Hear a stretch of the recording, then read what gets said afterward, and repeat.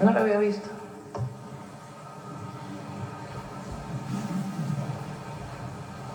Y miren que tuvimos un año, el 25, de mucha ofensiva mediática y en redes también. Por cierto, también para el debate, no, tampoco tengo claro yo cómo se avanza en ello, pero la cantidad de noticias falsas que hay en las redes de notas, de información, es cada vez mayor.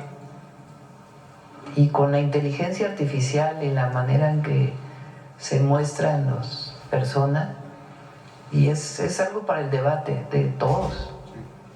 ¿Cómo garantizamos el derecho a la información, a la veracidad? Bueno, pues es por estar cerca de la gente. Muchas gracias, presidente. Por no perder los principios. Bueno, adelante, vamos con... A ver, proceso para que...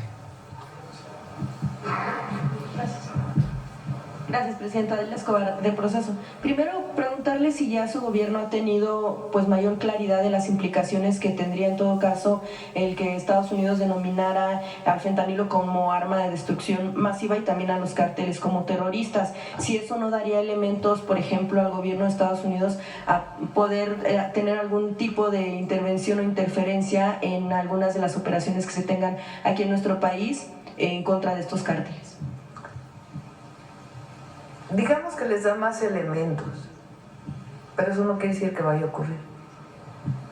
Nosotros incorporamos cuando nombraron a la delincuencia organizada como terrorismo, nosotros incorporamos un artículo, unos párrafos en el artículo 40 de la Constitución para la defensa de la soberanía.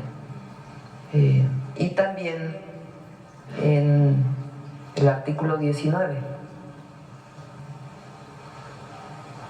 Vamos a leerlo si quieren. Y el 40, la parte que incorporamos, y después el 19 también. Bueno, obviamente lo aprobó el Congreso. Por cierto, vale mucho la pena también para el debate la posición de los grupos, de los partidos de oposición frente a lo que pasó en Venezuela. Y su visión frente a Estados Unidos y la posible o el llamado a que actúe Estados Unidos en México. El pueblo de México bajo ninguna circunstancia aceptará intervenciones, intromisiones o cualquier otro acto desde el extranjero que sea lesivo de la integridad, independencia y soberanía de la nación, tales como golpes de Estado, injerencias en elecciones o la violación del territorio mexicano, sea esta por tierra, agua, mar o espacio aéreo. Tampoco consentirá intervención en investigación y persecución alguna sin la autorización y colaboración expresa del Estado mexicano en el marco de las leyes aplicables.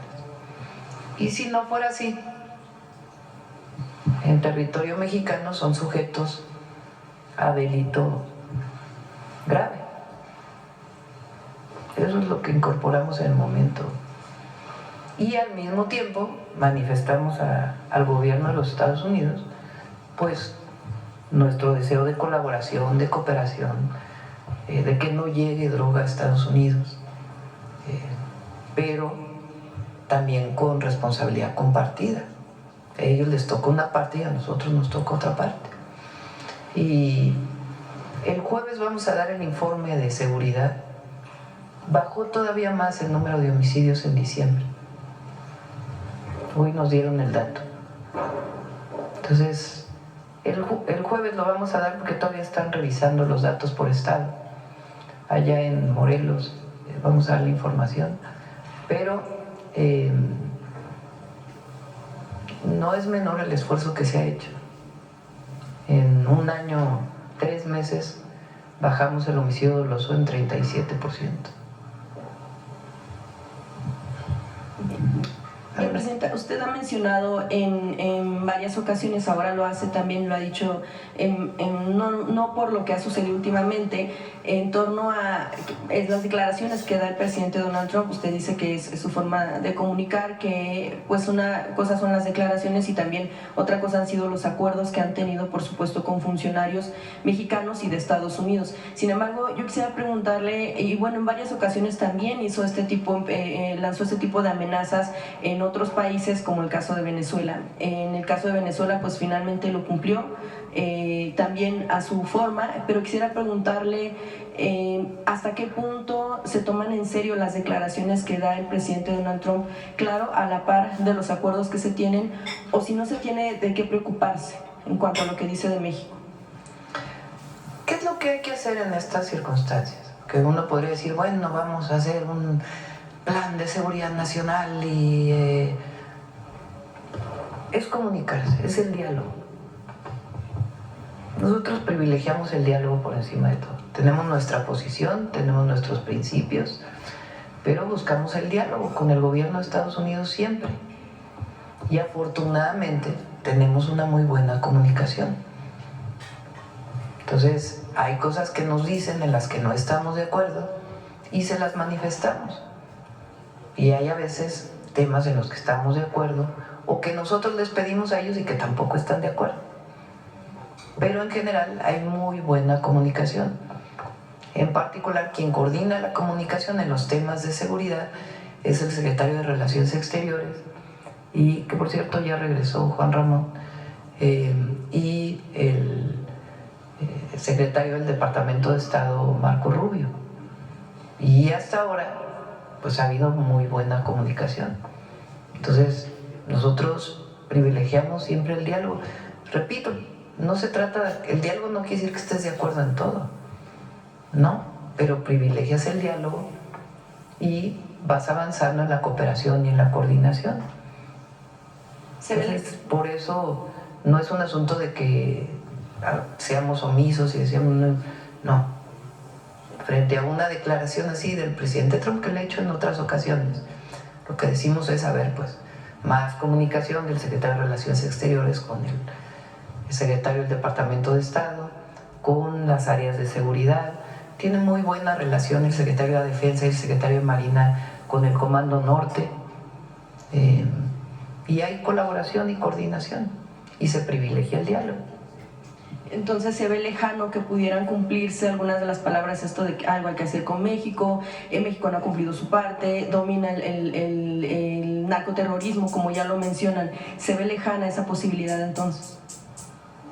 Sí.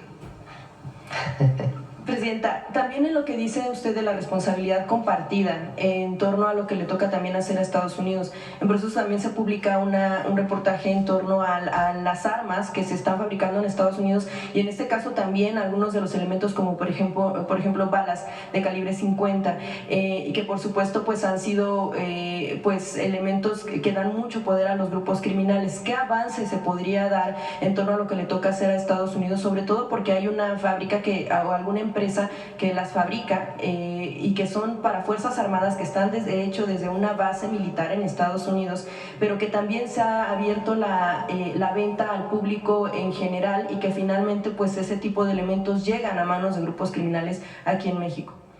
Ellos, no recientemente, pero hace algunos meses, hicieron algunas incautaciones de armas. Esto no había ocurrido antes del lado de Estados Unidos. Entonces nosotros lo tomamos como una buena voluntad de colaboración con México. Nosotros creemos que todavía, así como ellos piensan que nosotros debíamos hacer más, nosotros también pensamos que ellos deberían hacer más en este tema.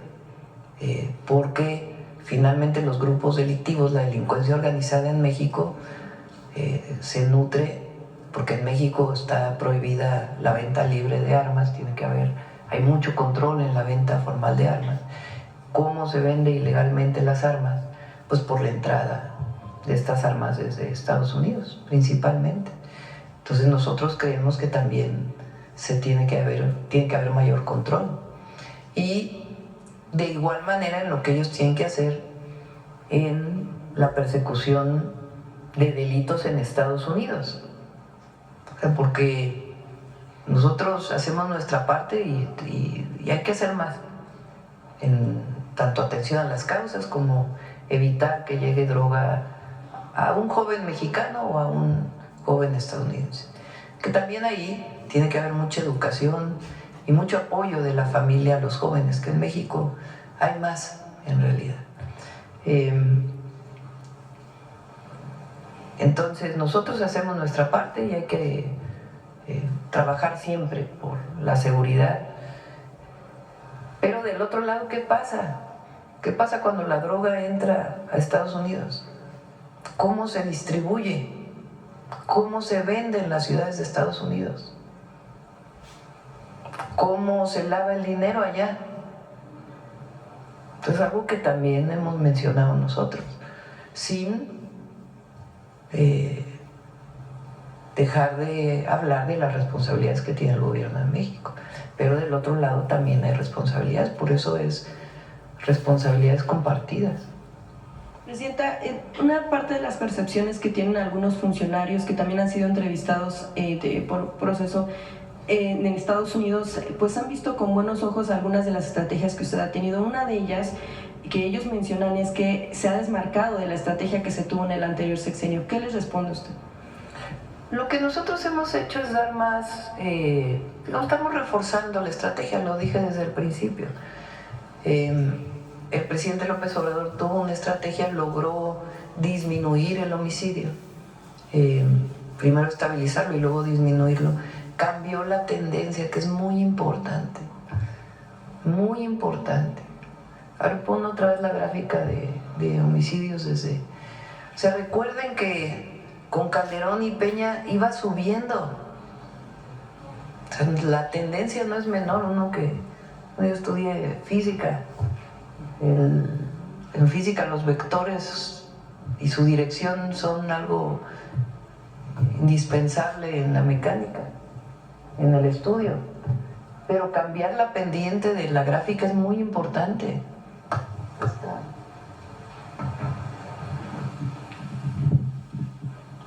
La reducción de 2000, porque vean, se empieza aquí, Fox deja en 28.6, entra Calderón 24.3, entra en diciembre de 2006, la famosa guerra contra el narco, García Luna, y aumenta de 24 homicidios diarios a 70.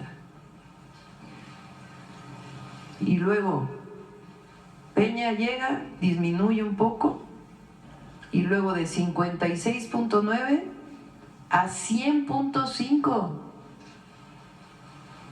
en un año, por día. Estos son homicidios diarios. Llega el presidente López Obrador, se estabiliza y luego disminuye un poco. Y nosotros cuando llegamos, pues disminuimos todavía más. ¿A qué le atribuyo esta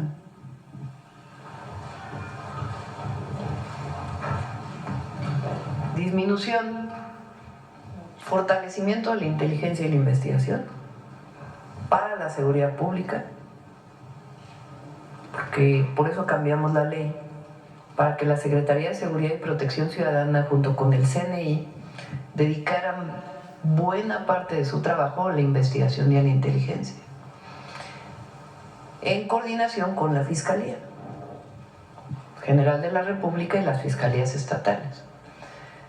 México tiene un sistema penal acusatorio en donde tú tienes que llevar pruebas ante un juez. A veces un ciudadano dice, esta persona es un delincuente, tienes que detenerlo porque ayer me robó. Al policía, por ejemplo, ¿no? Policía, este que está aquí ayer me robó. El policía no lo puede detener. El policía tiene que tener una orden de aprehensión si no lo vio en flagrancia haciendo el delito. Y además, cuando es en flagrancia tiene que llevar con una enorme pulcritud su informe policial homologado, porque si no sale libre el delincuente. Bueno, por más que el ciudadano le diga, mire, esta señora me robó, este señor me robó ayer, este joven, por favor deténlo porque me robó mi auto, entró a mi casa, me robó mi celular. No, pues no lo puede hacer el policía, porque tiene que haber una investigación que determine que en efecto esa persona, para que no haya también la detención de un inocente, en efecto cometió el delito.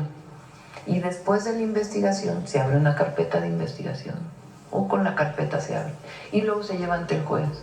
Y el juez dice orden de aprehensión, y entonces sí ya el policía, a partir de la orden que da la fiscalía, puede detener a la persona. Entonces, ¿qué es lo que tiene que ocurrir? Pues tiene que haber un sistema mucho más robusto de inteligencia e investigación vinculado con las fiscalías, para que pueda haber carpetas de investigación que se traduzcan en órdenes de cateo, de aprehensión, etc. Entonces, hemos hecho un trabajo muy grande para fortalecer la inteligencia y la investigación para la seguridad pública. El CNI en sus atribuciones era solamente para seguridad nacional y durante años se dedicó a la investigación política y de la oposición. Ahora eso ya no se hace, pero ahora tiene atribuciones para la seguridad pública en coordinación con todas las instituciones, y eso para coadyuvar al Ministerio Público ayuda mucho. Entonces eso ha permitido esta disminución, además pues de la atención a las causas y la coordinación, mayor coordinación. Sobre este tema, para finalizar, Presidenta, por supuesto que también Donald Trump ha insistido en algunas de las amenazas ahora también en contra de Colombia. ¿Cómo resistiría o cómo se está preparando los gobernantes de América Latina en caso de que esto pudiera darse? Y también preguntarles, bajo su percepción, si en efecto consideraría usted que al presidente de Estados Unidos, Donald Trump, en efecto le importa la democracia y la seguridad de los demás países. Ayer dije que la intervención no ayuda a la democracia. Hagan el análisis de donde ha habido intervenciones. No ayuda a la democracia. La democracia, que es en esencia gobiernos del pueblo. Entonces, por eso nosotros insistimos en la cooperación para el desarrollo y lo que se llama el multilateralismo, que ¿qué quiere decir? Que todos los países, no importa si eres grande, pequeño, mediano, se pongan de acuerdo. ¿En dónde? Pues en las Naciones Unidas, para resolver algún conflicto internacional o alguna denuncia, alguna demanda de grupos de un gobierno frente a otro. Nosotros vivimos muchos fraudes electorales y aquí apostamos siempre a la democracia, a la decisión del pueblo.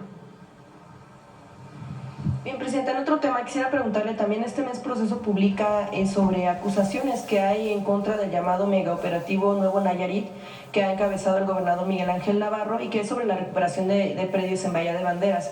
Lo que acusan algunas de las personas que se mencionan como afectadas es que se ha hecho mediante la fabricación de carpetas de investigación, incluso órdenes de aprehensión, ejecución de las mismas, y que pues finalmente se trata de despojos, y que pues finalmente tampoco cumplen un objetivo de justicia, por llamarlo de alguna manera. Lo que ellos mencionan es que se ha utilizado sí en efecto un esquema que se utilizaba antes con el PRI, pero que se ha aprovechado ahora para seguir aplicando este tipo de esquemas de despojos para poder hacerse de estos predios y que finalmente vayan después también a desarrollos turísticos, lo cual también provoca una preocupación entre la población de la zona. Quisiera preguntarle cuál es la revisión que hace la Federación en esquemas que aplican gobiernos estatales para esta recuperación de predios y si van a observar cómo están aplicando en este caso para el tema de Bahía de Banderas.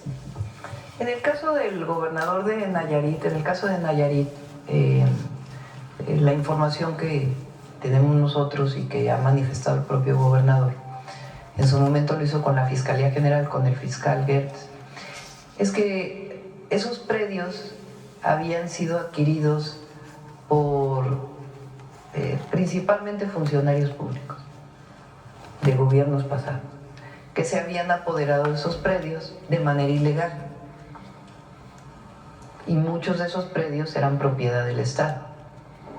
Y entonces fueron escriturando a nombre de un exfuncionario, exgobernador, prestanombres de un gobernador, en fin.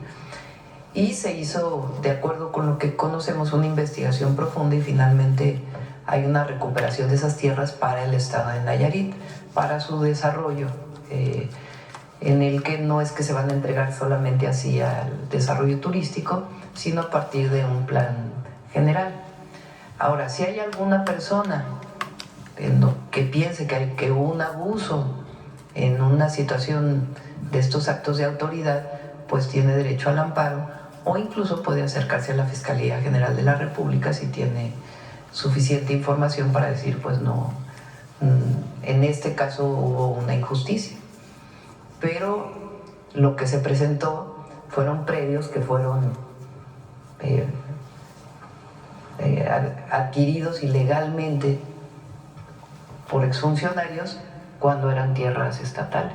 Sí, porque lo que mencionan ellos es que están utilizando el mismo esquema que acusan que se utilizó. Si se